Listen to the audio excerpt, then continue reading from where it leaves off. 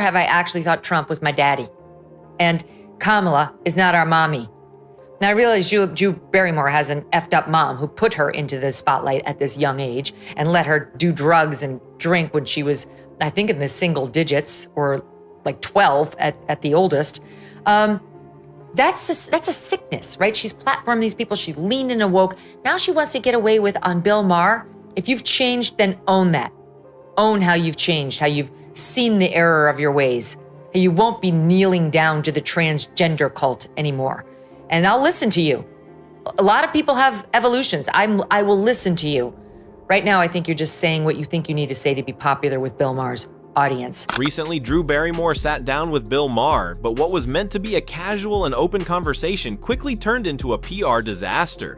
The interview reignited backlash over her awkward involvement in the Dylan Mulvaney and KamalaHarris controversy, sparking a storm of reactions across social media. But none hit harder than Megyn Kelly's sharp takedown. Kelly didn't just criticize, she dismantled Barrymore's image with precision, leaving the internet buzzing and Barrymore's reputation hanging by a thread. Whether she can recover from this mess is something only time will tell. Now, hit that subscribe button, because it's time to dive right in. You have a lot of bravado about what you think is the truth or not, but it's just so refreshing. Like, you were doing this before it was so dangerous. Still dangerous. And it is just way too dangerous now, but you're still doing it. It's slightly less dangerous than it was 2 years ago because we did have a vibe change, and because the Democrats lost so badly in 2024, the blush is off the rose on left-wing censorship and, oh my God, you can't say that. Stop telling me what I can do, what I can say, what I can think, who my heroes are supposed to be. Just get off. That's Bill Maher, and yes, he accidentally tipped his hat to the Trump administration for something the left refuses to acknowledge, bringing back free speech. Under Biden, speaking your mind has felt like walking barefoot through a minefield, where one wrong word or a joke taken the wrong way could blow up your career, your reputation, and even lifelong friendships in an instant. And this wasn't paranoia, the fear was real, visible, and destructive. People lost jobs they had spent decades building, saw entire livelihoods vanish overnight, and were branded for life simply because they said something the left deemed offensive. It wasn't just censorship, it was social execution. Maher may not be a MAGA supporter, but in that moment, he admitted what millions already believed under Trump. You could speak freely, but under Biden, you whisper, hoping the walls aren't listening. Yet even with that explosive admission, it wasn't Maher who became the main target. Megyn Kelly turned the spotlight directly on Barrymore, ripping into her hypocrisy and calling her out without hesitation. He's saying what he's always said. To his credit, he's been very consistent. But there you have Drew Barrymore talking about how it's still too dangerous to speak out with your real opinions. So what are her real opinions? Because just like Jimmy Kimmel and Sarah Silverman, she's been fueling the fire of wokeism for years. Who could forget how she humiliated herself next to fake, quote unquote, woman, meaning a man, Dylan Mulvaney, who came on her show and was treated like Jesus. Drew Barrymore is still floating in her little woke bubble, completely detached from reality. While Trump made major strides in restoring free speech and giving Americans the confidence to speak their minds without fear, Barrymore clings to the tired narrative that you can't really say what you think. The irony? She never voiced this concern when Democrats were in power and dissenting voices were being silenced left and right. Back then, she was perfectly comfortable sipping the progressive Kool-Aid while people lost careers, reputations, and livelihoods for daring to think differently. Now, the only reason she suddenly believes free speech is dangerous is because the cultural tide has turned. Americans are tired of wokeism. They're not buying it anymore. They're mocking it, rejecting it, and pushing back harder than ever. And for someone like Barrymore, it's not censorship that's the threat, it's the fact that the public has stopped listening to her script and started thinking for themselves. Oh my God, there's so much wrong with that clip. It's stomach turning. She like, leftists need to learn the number one lesson of being happy in life. Do not lean into your problems. Don't lean into crazy. Everyone's had crazy in their lives. The successful, sane ones do not obsess over it, do not want to relive it over and over, do not want to talk about it night and day on their show, do not talk about things like the ground feels safe to me. And they certainly do not literally bend the knee to the cult of transgenderism, Drew, and then talk about how, gee, it feels so dangerous. It's so dangerous, still too dangerous to say how you really feel. About what? What is it? Do you have a reversal on that issue? Kelly raised a sharp and thought-provoking point that cuts right to the core of Drew Barrymore's predicament. Maybe Barrymore has shifted her private views on transgender issues, but she's too afraid to say so out loud. In today's climate, even the smallest deviation from the woke script can unleash a firestorm, instant cancellation, brutal humiliation, and the collapse of everything she's built in Hollywood. Barrymore knows this. The woke mob doesn't forgive, doesn't forget, and certainly doesn't tolerate dissent. So instead of risking it all, she puts on the smile, nods at the approved talking points, and keeps her true feelings locked away. Kelly's take suggests this isn't about Drew lacking opinions, it's about fear. In the age of purity tests, where one wrong word can end a career, silence isn't cowardice, it's survival. Take a risk. You're in a safe space with Bill. Maybe he should have gotten her down on the floor, and she would have said how she really felt.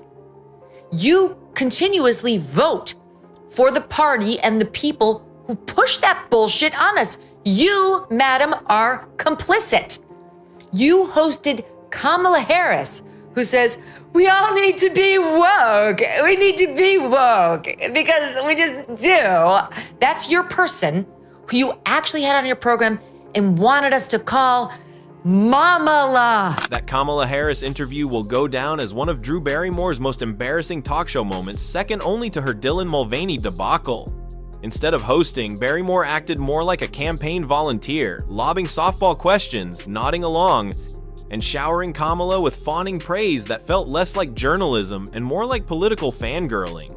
She wasn't engaging the vice president, she was selling the DNC's polished brand of woke optimism, dressed up as if it were the cure to America's problems. But as time passed, the cracks showed. Those promises Barrymore helped hype up were just that, promises. The polished talking points didn't match the messy reality Americans were living. And what began as a glossy infomercial for KamalaHarris ended up exposing Barrymore's blind enthusiasm for what it was: cringe, shallow, and completely out of touch. When we lift each other up, we all rise with the mouth quivering, just like the hideous to Dylan. Where do you find the strength to keep being the joy? Where do you find the strength to keep being the joy? Oh my God, she's too far gone. This is what happens when you become a Hollywood actress as a child. You lose your id. You don't know who you are. You're just floating. You're like the Martian, the astronaut disconnected from the spaceship. You're just adrift in space, untethered. You don't know who you are. Where do you find the strength to keep being the joy? Exactly, and that's why Kelly's takedown cut so deep. Drew Barrymore's meltdown with Maher and her cringe sit-down with Kamala weren't isolated slip-ups, they were symptoms of a much bigger issue.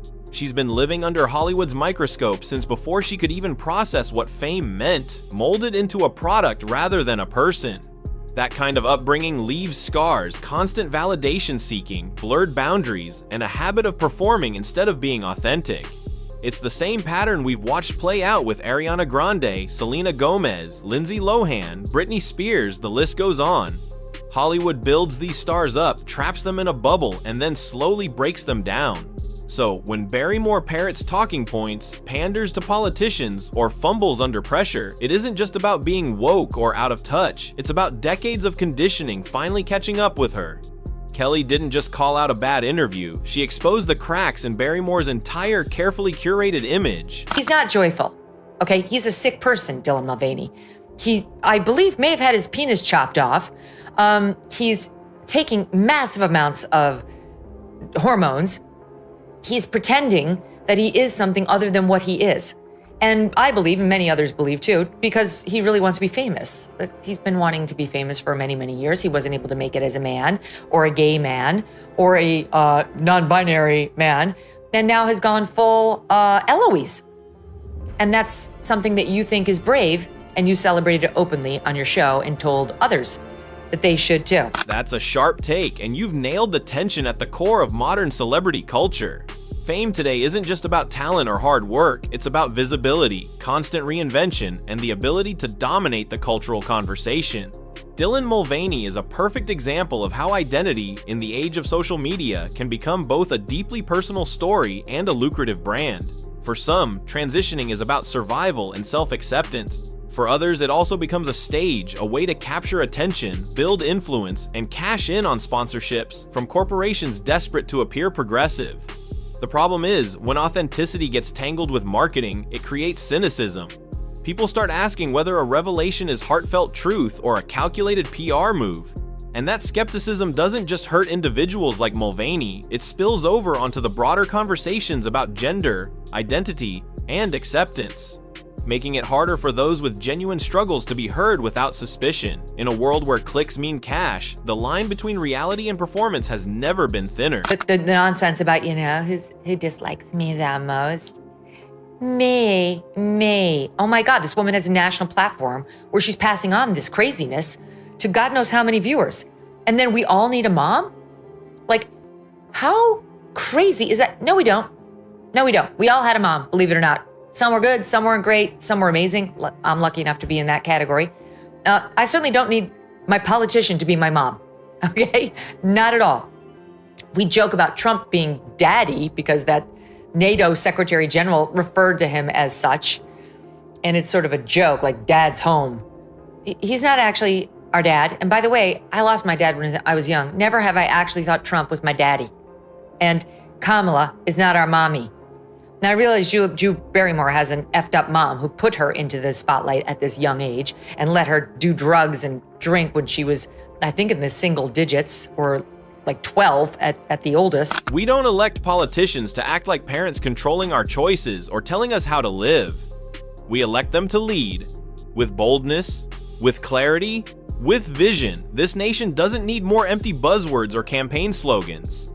It needs leaders who can truly transform the economy, leaders who create jobs that give Americans the power to build better lives for their families. We need leaders who will defend every freedom without apology and ensure that America stands strong and respected on the world stage, not laughed at, not pitied. In short, we need doers, not babysitters, visionaries, not micromanagers. Because the role of government is not to hold our hands, it's to protect our liberty and open the doors of opportunity. That's a sickness, right? She's platformed these people. She leaned in and woke. Now she wants to get away with on Bill Maher saying it's too dangerous to say how you really feel. About what? You are the one who's been fueling the fire that you now seem to be calling dangerous. I mean, just like the hypocrisy. Be yourself at a minimum in front of all crowds, okay? If you've changed, then own that. Own how you've changed, how you've seen the error of your ways. You won't be kneeling down to the transgender cult anymore. And I'll listen to you. A lot of people have evolutions. I will listen to you. Right now, I think you're just saying what you think you need to say to be popular with Bill Maher's audience. Maybe Drew Barrymore hasn't changed at all. More likely, she realized midway through the interview that she was standing on Bill Maher's turf, a place where woke talking points usually crash and burn. Knowing Maher's reputation as a sharp, unapologetic critic of progressive dogma, Barrymore had the sense that pushing her usual Hollywood narrative could backfire instantly. So she did what seasoned celebrities do when cornered. She shifted. She nodded, offered a few agreeable lines, and tried to project the image of someone who had seen the light. But was that genuine reflection or just survival instinct? Given her long history of siding with Hollywood's progressive establishment, it's hard to see this as anything more than performance. Her sudden change in tone felt less like conviction and more like calculation, a script tailored for Maher's audience, not a real ideological awakening. There's another comment by Bill on some ladies on The View, SOT 31. I love Whoopi and Joe, those are the two I really know. And I did it like a year ago, and I liked everybody, but like I don't know if they're really this moment the best advertisement for women. They just, it's It's a format, that show. They say some things that are just like not helpful, like say to elections. I mean, it's just, Yeah, they actually are sitting on the floor. And still, she wasn't able to say what's real. Everyone who watches the show knows that he's right about that too. Whoopi Goldberg and Joe Scarborough have delivered some of the strangest woke political takes ever aired, and they're a big reason so many Americans no longer trust mainstream media. Joe has practically built his brand on non-stop anti-Trump rants, turning every topic into a personal tirade. Whoopi, meanwhile, has become infamous for her bizarre, reality-detached comments that often leave even her co-hosts stunned. Together, they're not offering real debate, they're performing, pushing narratives instead of facts. And that's exactly why audiences are tuning out. People don't want partisan theater dressed up as journalism. They want honesty, balance, and leaders who can actually confront reality. Until mainstream media figures that out, the decline in trust will only grow.